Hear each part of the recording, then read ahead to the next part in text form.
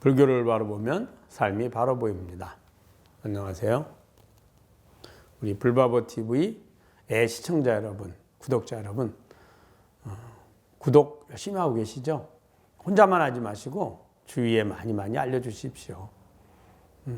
우리가 다른 사람을 위해서, 그들의 행복을 위해서 노력하는 건 선행이라고, 그 선행의 가치는 그 받은 사람들이 얼마만큼 더 즐겁고 행복하느냐에 달려 있습니다. 더 나아가서는 더 완전하고 더 변하지 않는 행복을 얻는 거죠. 지금의 우리가 배고프고 힘들고 어려운 걸 도와준다면 잠시 불과합니다. 다시 또 배가 고파지죠. 그 사람에게, 힘들고 어려운 사람에게 사업을 할 수 있고 돈을 잘 벌 수 있고 한다면 그 나머지 삶은 배고프거나 굶주리지는 않을 겁니다. 좀 더 물질적 여유 있게 살겠죠. 자, 그런데 그렇다고 해서 그 사람이 몸이 아프거나 늙지 않지는 않습니다. 결국에는 지금도 불편함이나 고통에서 벗어나고 늙고 병들고 죽음으로부터 벗어나는 법이 있다면 이것이 가장 최고의 가치를 지니고 그것을 전해주는 것이 최고의 선행이 되겠죠. 그것이 보시의 공덕입니다. 부처님의 가르침을 전해주는 것만이 지금도 고통이나 불편함이나 괴로움에서 벗어나고 미래의 종국에는 늙고 병들고 죽음으로부터 완전하게 벗어날 수 있는 가르침이거든요. 그 조건이 됩니다. 그래서 부처님 법을 전법하는 것이 최고의 공덕이다. 그래서 법보시가 최고의 공덕이다 이렇게 말하고, 그 법보시 핵심이 바로 우리 불바보TV에서 하는 것들이 불교 바로보기, 그래서 부처님의 진리를 바로 내가 배워서 알고 전해줄 수 있는 조건이 됩니다. 주위에 많이 전해주시고, 또 좋아요도 많이 눌러주시고, 또 관심 있는 분들 질문도 많이 해주시고요, 댓글도 달아주시고요. 자, 오늘도 여러분들과 백운왕상초록 불조 직지심체요절에 나오는 서천의 조사 제25조 바사사다 존자에 대해서 보도록 하겠습니다. 제25조 바사사다 존자는 무아존이라는 이교도와 노인을 하여 59번이나 말이 오고 간 끝에 이교도가 말을 못하고는 믿고 항복하였다. 그때 바사사다 존자가 호련히 얼굴을 북쪽으로 향하여 합장하고 길게 탄식하여 말했다. 이제 바사사다 존자가 사자 존자에게 법을 받고 많은 교화를 했습니다. 그러다가 이교도에 이제 아주 수장인 무아존이라는 사람과 이제 논쟁을 하게 됩니다. 그래서 논쟁을 해서 결국에는 59번이나 서로 답을 하고 하다가 결국에는 무아존이 논리에 막혀서 이제 지게 되죠. 그리고는 바사다 존자에게 이제 승복을 합니다. 그 이야기입니다. 그때 바사다 존자가 호련히 얼굴을 북쪽으로 향하여 합장하고 길게 탄식하며 말했다. 이제 그 바사다 존자가 계빈국에 있지 않고 계빈국에서 남쪽으로 내려가라고 사자 존자가 이야기했거든요. 하는 말씀이 뭐잖아? 큰 재난이 닥쳐올 거니까 너는 남쪽으로라도 교활하라. 그래서 바사다 존자가 전법을 받고 나서 남인도로 내려왔던 겁니다. 그때 이제 어느 날 이제 보니까 그 스승이 말씀하신 그 재난의 위기가 닥쳤다는 것을 알게 된 거죠. 우리 스승이신 사자존자께서 오늘의 어려움을 만났으니 이것은 실로 가슴 아픈 일이로다 라고 하고 곧 남인도에 이르러 산속에 숨어 살았다.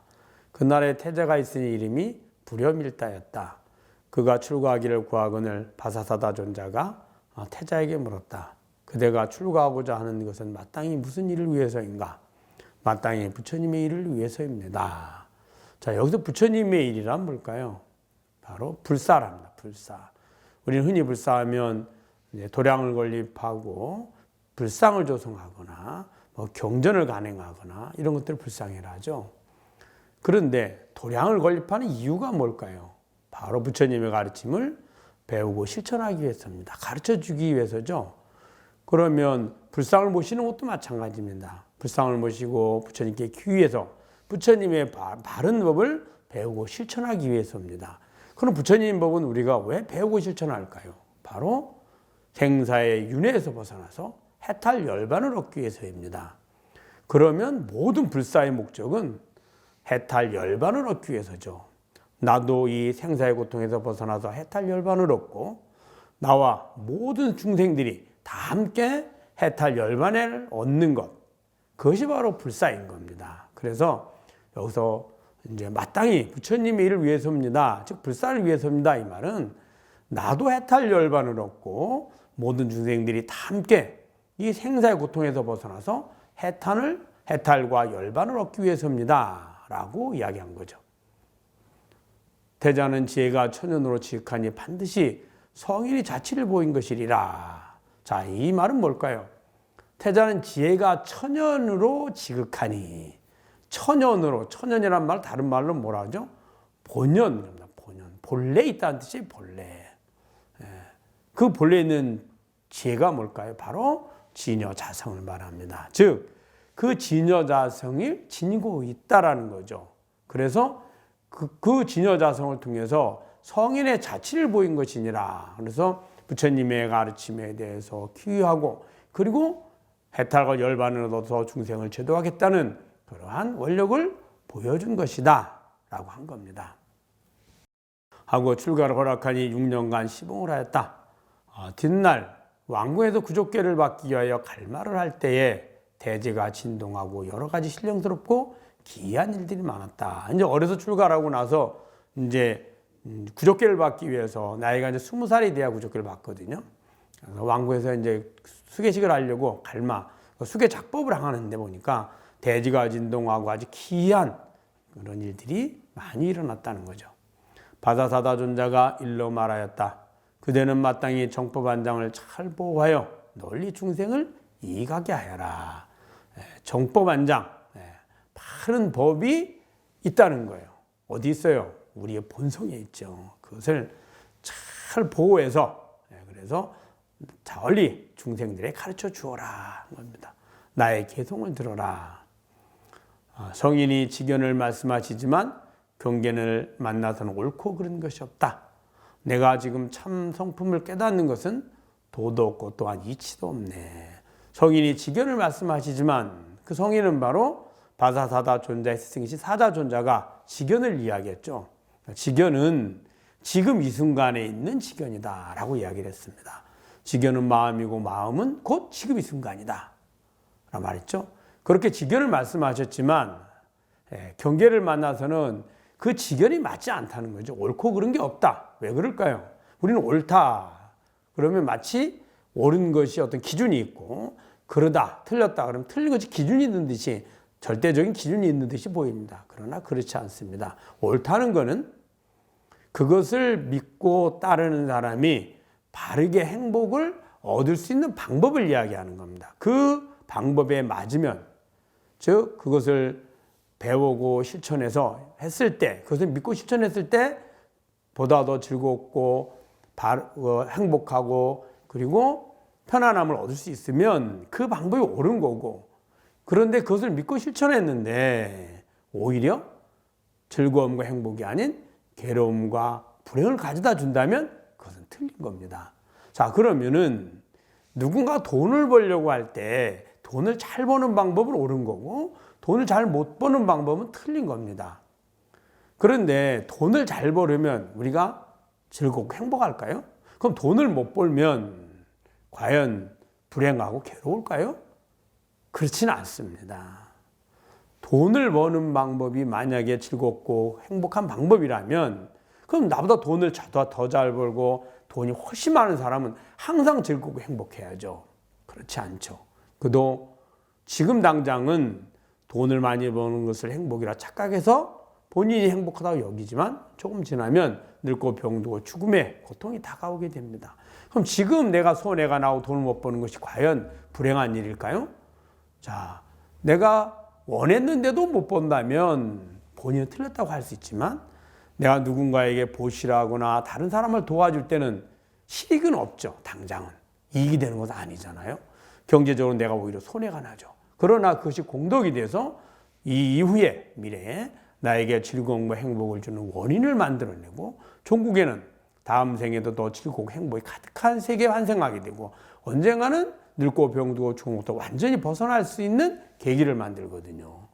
그러니까 옳다 그르다는 그것은 있지 않다는 거예요.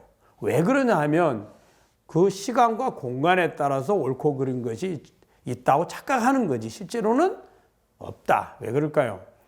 가장 옳은 것은 가장 완전하고 영원한 행복을 얻는 겁니다. 가장 틀린 것은 영원하고 완전한 행복을 얻지 못하는 겁니다. 완전히 얻을 수 없는 거죠. 그런데 영원하고 완전한 행복이 어디 있나요? 지금 보고 판단하는 주인인 진여자성 나거든요. 그 나는 항상 있는데 그 나를 뭐 따로 내가 어떤 조건을 줘도 구할 필요가 없어요. 그건 지금 있잖아요. 그리고 내가 아무리 틀린 일을 했다 그래서 경제적으로 돈을 번다 하면 돈을 손해보는 일을 하게 되고 내가 어떤 일을 구한다면 일이 성취되지 못하는 일을 하게 되고 자, 선행이라고 얘기했을 때는 오히려 악행을 하면은 우리 그러다고 합니다. 근데 이 모든 것들은 내 마음이 원하는 즐거움과 내 마음이 원하는 것을 얻는 걸 말하는 겁니다. 마음이 천만 변을 변하고 그래서 괴로운 마음에서 즐거운 마음으로 하루에 수도 없이 변하지만 진여자성은 변하지 않습니다. 그러므로 마음을 아무리 성취해도 그것이 일순간에 옳은 것 같지만 그러나 옳지 않습니다. 왜 그러냐? 자성하고는 아무 관계가 없죠. 자, 마음을 성취하려고 노력을 했는데 즉 즐거움과 편안한 마음을 구하려고 했는데 얻지 못했습니다. 그것이 틀렸죠. 그러다고 할 수 있습니다. 중생계에서는. 그러나 그것도 틀리지 않습니다. 왜 그럴까요? 자성엔 전혀 변화가 없기 때문입니다. 그러니 깨달음의 성품인 진여자성에서 보면 어떤 것도 옳은 것도 없고 어떤 것도 틀린 것이 없다라고 말씀하신 거죠. 내가 지금 참성품을 깨달은 것은 그 마음의 주인인 진여자성을 깨달으면 도도 없고 또한 이치도 없네. 바로 도라는 것이 뭐예요? 그 진여자성을 깨달아서 해탈 열반에 이루는 방법이 도거든요. 그런데 그것은 우리는 도를 배워서 실천하면 해탈 열반을 얻는다고 생각하죠. 만약에 도를 실천하지 않는 사람이 해탈 열반을 없다면, 지니고 있지 않다면 당연히 도를 실천해서 해탈 열반을 만들어가거나 이루어가거나 성취한다면 얻는 거라면 당연히 도가 있어야 되죠. 그러나 그 진여자성은 도를 실천하든 도를 실천하지 않든 알든 모르든 저 지옥에 와서 수억만 년 살아도 자성은 그대로 존재합니다. 그러니 진여자성을 깨닫기 위한 도는 따로 필요가 없다는 거죠. 진여자성을 얻기 위한 도는. 그래서 도도 없고 또한 이치도 없네. 그래서 맞다 틀리다 이것이 정법이다 이것이 틀린 사법이다라는 이러한 것도 존재하지 않는다라고 말씀하신 거죠. 개성을 이야기에 마치시고 신통변화를 나타내셔 불을 일으켜 자신을 스스로 태우시고 정멸에 드셨다. 다시 한번 볼까요? 성인이 지견을 말씀하시지만 경계를 만나서는 옳고 그른 것이 없도다. 내가 지금 참성품을 깨달은 것은 도도 없고 또한 이치도 없네. 여러분 잘 아셨죠? 네. 여러 번 읽어보시고 또 여러 번 들어보시고 스스로 잘 성찰해 보시기 바랍니다. 불교를 바로 보면 삶이 바로 보입니다. 다음 시간에 뵙도록 하겠습니다. 감사합니다.